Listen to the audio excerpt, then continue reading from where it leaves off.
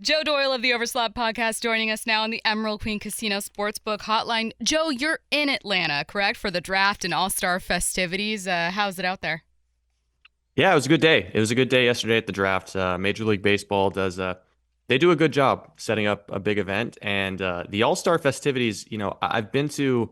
This is the seventh or eighth big league ballpark that I've been to take in some sort of event, and I got to say, I think Truist Park and the Battery at Atlanta is the coolest social setting I've ever been to. It's a really cool community down here. Now, you said it was a good day. It was a good day, especially for you, because as it was pointed out by friend of the show, Jordan Schusterman, you had the most correct first-round picks of anybody that's prognosticating this stuff.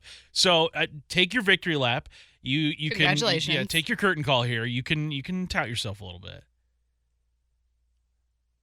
Jordan's a friend of mine. I tell him every year, I'm like, we're obligated as MLB draft writers, as prospect writers, to put out those mock drafts, and you do as much research as you can. But it's a crapshoot most years. And I tell Jordan every year, I'm like, if you don't want to do that mock draft report card this year, I don't think anyone would hold it against you. But he's still, Jordan he has to put out that fodder. So yeah, heavy as the crown, guys. Heavy as the Christ, heavy Well, as the. we'll have to edit this when we get Jordan on and be like, you wouldn't believe what Joe said, and we'll chop it up to where it's like, I tell Jordan you shouldn't do your mock. Yeah, just sit this one out, Don't buddy. bother. Yeah, hey, pass on the message, please. All right. Well, just as surprised as I'm sure the Mariners and everyone else was to even see the Mariners get that third overall spot, I was also surprised to see Kade Anderson. I know it wasn't this like universal, absolutely, he's the number one pick, but he still was not the most commonly named. I saw mocked to Seattle. How surprised were you to see him available before we dive into the pick itself? Yeah, I mean, I definitely didn't think that he was going to be available. And I don't think Seattle was expecting him to be available either. I had heard that the team was, in between Seth Hernandez and Tyler Bremner, the night before, negotiating, trying to figure out what their priority was going to be, what the best move for the organization was going to be. So to see Bremner go two after nobody, including myself, had Bremner, inside of the top 10 picks coming into the weekend was certainly stunning. And I think this is a huge, huge get for Seattle. There really wasn't another arm in this class, at least at the top, that had the blend of, pitches, strikes, projection, performance, and just the general pitch mix that Seattle has done very, very well over the last handful of years, transforming into, big league ready stuff. So it's a perfect fit for the organization, and it's a fit that I look back at the George Kirby when he went to the high performance camp, and they just got George Kirby stronger and shredded and like transformed him from what he was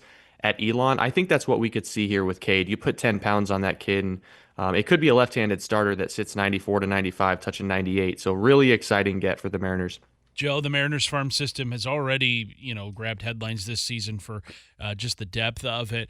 Where would you slot Kade Anderson in if you were doing a top 10 ranking of this farm system after yesterday? Yeah, it's a coin toss for me. I mean, it's really close between him and Colt Emerson. I think they're both probably at about the same level. I think Colt Emerson is right on the verge of being able to make that jump to Double A, possibly by the end of the season. And I think Kate Anderson could strike out and perform at a high level at the high A level right away, and he could pitch in Double A at the start of 2026 as well. So I have both of them actually as top 25 prospects in the sport. I have Kate Anderson at 25. I have Colt Emerson at 23. So for now, Emerson has a slight nod on the top 10 Mariners prospect list, but it is close. Oh, God, not a bad spot to be in for the Mariners. I wanted to stick with Anderson a little bit longer. One of the things that I kept hearing was there's such a clear floor for who he's going to be. Like you kind of know what the strengths are, but maybe the upside for some other guys is what ultimately prompted, maybe the Nats or whoever to go, what, we're going to go in this direction. What is your own read on Anderson, kind of what you see is kind of not just how he profiles, but maybe even the potential? Do you think some people might get the ceiling wrong? The thing is, when you're in scouting and you're watching these guys play and pitch, and you're looking at more than just what the pitch mix is. And I think the biggest knock on Kate Anderson is it is a pretty slight frame. It is a pretty lean frame. It's not a physique that looks like it wants to put on a whole lot of weight, a whole lot of strength. And so because of that, you kind of say, is he capable of making that velocity jump to where he's got ace stuff? For me, I do agree with most people who say, this is probably a number two starter, a low number two starter at the next level. The comps that I've had on him are guys like John Lester. To a lesser extent, I think Cole Hamels is a potential outcome, but you'd need to see the stuff blossom a little bit more. But I've told everyone this, like if you're getting a number, even if you're getting a number three starter at the number three pick in any draft, you are absolutely thrilled. And Seattle has this reputation of turning like the number 14 or 18 or 19 pick into an ace, which is such a high bar to climb.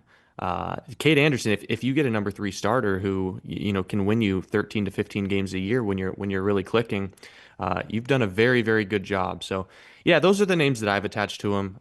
John Lester, I guess to a certain extent Cole Hamels, but you're looking at those crafty strike throwing lefties that pitch long innings. One of the knocks about Anderson was having already had Tommy John surgery prior to his time at LSU. Is that something teams can get scared off by, or is that just kind of the nature of pitching in 2025? Guys are maybe just destined to have it at some point in their career. Yeah, I think the answer is yes to both. I think teams are just okay. I think some teams are just okay with the fact that some of these guys are going to have had Tommy John surgery in the past. I mean, you look at the 2024 draft, one of the greatest pitching seasons we've ever seen was Hagen Smith at Arkansas in 2024. He goes very, very high to the White Sox last year. And this is going to be the case with Kade Anderson as well. I mean, it's just kind of a fact of life with how hard guys are throwing and how much intent pitchers are throwing. I think the thing that's interesting from like a Mariners pitching perspective with Kade Anderson is he had Tommy John as a high school junior. He barely pitched as a high school senior. He pitched just 38 innings as a college freshman as they built him back up. And this was the first year where, he threw 80 innings. He really got to showcase his stuff. I would actually make the argument in one respect, he's pretty green. Like, yeah, he's had Tommy John surgery, and that's something to keep in mind, but this isn't a guy who's had a whole ton of runway to refine and elevate his stuff. He doesn't have, the innings that some of the other guys in the draft do. So I'm interested from that perspective, like how much more is in the tank because he just hasn't had the time to develop. So to answer your question, I guess a little bit more succinctly, yes, some teams are going to be scared off by it, but I think the large majority of teams are just okay with the fact that this is, Tommy John is a fact of life right now. Joe, the Mariners also took a catcher, Luke Stevenson, at 35 overall. I think it's natural as fans, especially with your eye on the trade deadline and your eye on prospects already here, to go, okay, what does it mean for Harry Ford? Does it mean they're going to trade him? Is this anything? But as you know, with baseball, sometimes that's not what it means. Tell us a bit about Luke, and then if anything, if there is something that kind of caught your eye about the position itself being drafted there. Yeah, I think that's your immediate reaction is, look, the Mariners are taking a college catcher in what is essentially the first round. I mean, with the Harry Ford trade rumors and trade speculation that's floating around, it's natural to go that direction. I've talked to 4 different people inside of the organization since that pick was made, and every single one of them insists that this is the top player on their board. And they're always going to take the top player on their board. They're always going to go for the most value. They had Luke Stevenson ranked way above the 35th pick, and they were surprised that he was there. The thing that blows me away about Stevenson, and I got the opportunity to interview him for about 15 minutes. The interview's up there on YouTube if anybody wants to get to know him, but just an incredibly polished kid. A second-year kid like Kade Anderson only has 2 years in college baseball, so still pretty green, still pretty young. And the thing that stands out is this is such an advanced mind, such an advanced IQ, that he started every game behind the plate for North Carolina as a true freshman, which is unheard of. So just an incredibly advanced human being, a very, very mature, polished catcher. He's definitely going to catch. There's absolute. I mean, you've heard the rumors with Harry Ford, like, should we move him to third base? Should we move him to left field? Luke Stevenson is as catcher as it gets, and to combine with that, it's enormous raw power. So a very fun prospect that should contribute to this team, even if it's in a backup or a platoon role with Cal Raleigh's stay in the organization expected to be years on end. Joe, in the fourth round yesterday, the Mariners, or third round, I should say, they drafted Griffin, is it Hugus out of Miami? And his profile, I mean, the raw numbers kind of look like what we saw out of like Brian Wu and Logan Evans out of college. They aren't, spectacular or anything, but what can you tell us about maybe what the Mariners see in him and how he profiles? Yeah, I had Hugus ranked at number 122 on my board, and let me tell you, this is the Seattle Mariners starting pitcher, Clay, like to the T. He's up to 96. It's huge life at the top of the zone. It's a fastball that really hops. He spins the ball very, very well, above average to plus fastball. 83 to 85 slider, bullet short, sharp, and a big curveball. Like these are all, kitschy scout words, but what I'm trying to kind of convey here is you're kind of right. Like what Brian Wu was doing at Cal Poly, what some of these other pitchers that Seattle has developed well were doing in college, like they can really spin the fastball. They can really shape the fastball. They can command it at the top of the zone. Griffin Hugus was a guy that kind of slowed down, and it seemed to me fatigued toward the end of the season. But there were talks in February and March and early April when he was just getting going that Hugus was going to be like a second rounder this year. So 6'2", 190, big stuff, and I think again a very very good value here at pick 91, and a guy that I think with that high performance camp could really see his stuff explode. All right, Joe, taking a step back look at the farm system here and leaning on your expertise for that. One of the, I guess, questions, big picture questions for the season that a lot of Mariners fans will be asking themselves, as you know, is not just who might be dealt, but what will ultimately be the cost. And I think that it's probably a little more painful, not just for people in the organization, but for people like you who are like, no, I've spent countless years. I know all of these guys, and I know their potential. So we'll now have a couple questions here, just kind of looking at the farm system with the trade deadline looming kind of take. I'll start with, are there any prospects within this system that you go, man, I don't know many people that would make me budge on this guy. Like, I really hope that they could not touch him. Yeah, I mean, I think the guy for me that stands out is Johnny Farmelo. And the reason is you have 5 games or 15 games of Johnny Farmelo at high A. I really want to see what Johnny Farmelo looks like with an extended amount of time in the minor leagues, because he's the guy that when you trade him, you're trading something that you don't know what you have. You don't know if you have a star center fielder. You don't know if you have like a porcelain, prospect that is just going to be hurt all the time. So I think trading Johnny Farmelo would be 1 year too early if they did want to do that. Some of the other guys, if the deal was right, if the Ronald Acuna Jr. type of player is out there, I'm open to trading just about anybody in the organization. But the two that do stand out would be Farmelo, and the other one is Ryan Sloan. From what I've seen from him in Modesto, just the way he moves from a scouting lens, that guy could be something pretty special if you continue to let him develop inside of this organization. So, huge fan of Ryan Sloan, huge fan of Johnny Farmelo. I just think you'd be shipping them off a little bit too soon before you know what you got.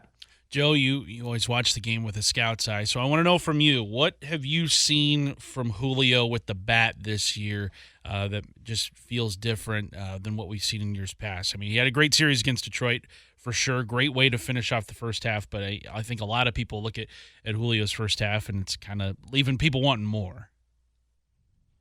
Yeah, I think, I personally think it's an identity problem. I don't know if it's necessary. Certainly, there's mechanical things and operational things that come into play, and I don't want to get too far into the weeds because Julio changes his swing every 2 weeks, and he's still tinkering and figuring out how to be most productive. But for me, I think part of it is just he's trying to figure out what kind of player he is. Like, is this going to be a player that strikes out 19% of the time and just puts the ball in play on the ground a lot and hits singles and tries to steal bases? And that's what we saw, a lot in the month of June and early July. Or is this going to be a player who sacrifices a little bit of bat to ball and maybe doesn't have a 285 average, but is capable of hitting 30 to 35 home runs?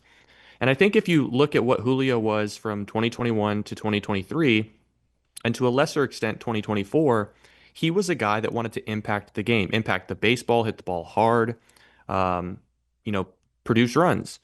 I think and this isn't a knock on Edgar Martinez, but I think with Edgar coming into the organization and the messaging changing a little bit to put the ball in play, hunt your pitch, put the game in motion, I think maybe Julio is struggling a little bit and finding himself in between identities.